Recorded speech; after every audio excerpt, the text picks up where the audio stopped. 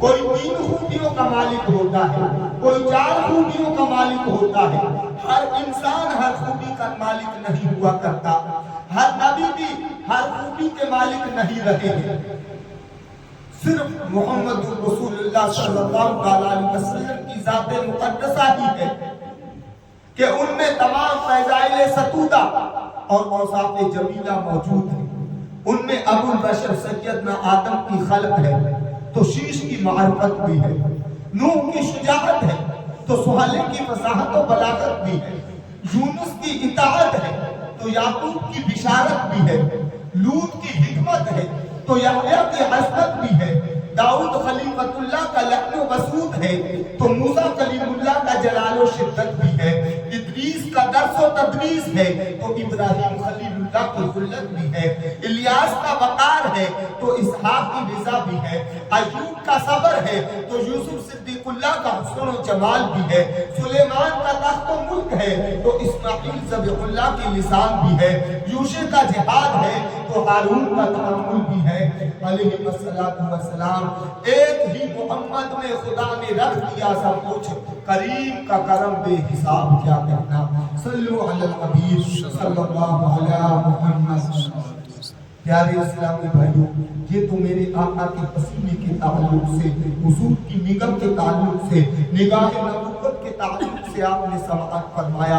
اب میرے حضور صلی اللہ علیہ وسلم کے دست کے بارے میں، دست مقدس کے بارے میں آپ سماعت کریں کہ ایک تو ہمارا ہاتھ ہے، ایک میرے آقا کا ہاتھ تھا۔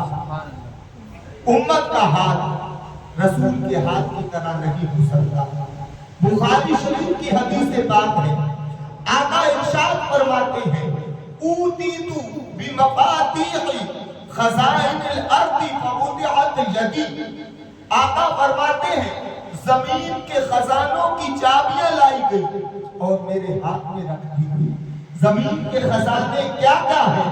سونا، چاندی، تانبا، پیتل، نباتات، جمادات اور ہر طرح کے دانے پھل پھول ہیں، اور میرے آقا ارشاد فرماتے ہیں کہ ان سبوں کی چابیاں لائی گئی اور میرے ہاتھ میں رکھ دی گئی۔ یعنی پتہ چلا، معلوم ہوا کہ حضور کو زمین میں کلی تصرف کرنے کا اختیار دے دیا گیا ہے۔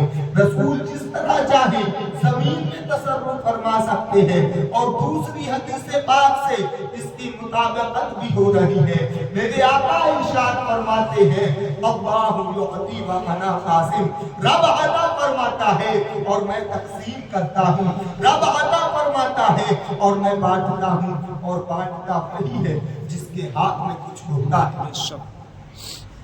دنیا میں کسی کا ایسا ہاتھ جس پر ناز کیا جا سکے؟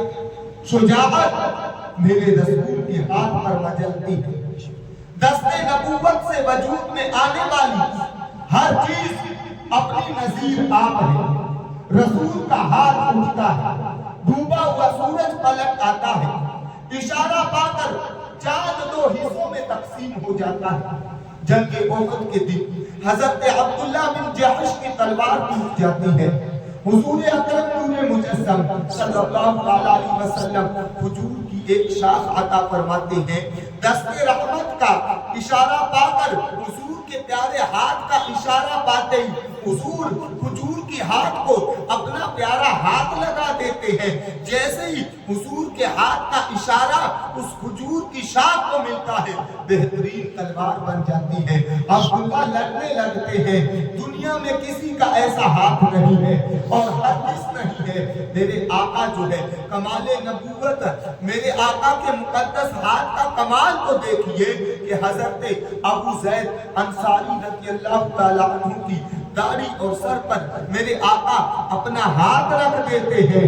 100 سال کی عمر ہونے کے باوجود ابو زید کا ایک بال بھی سفید نہیں ہوتا، اور آخری دم تک ابو زید کے چہرے پر جوانی کی بے نظیر بہار قائم رہتی ہے۔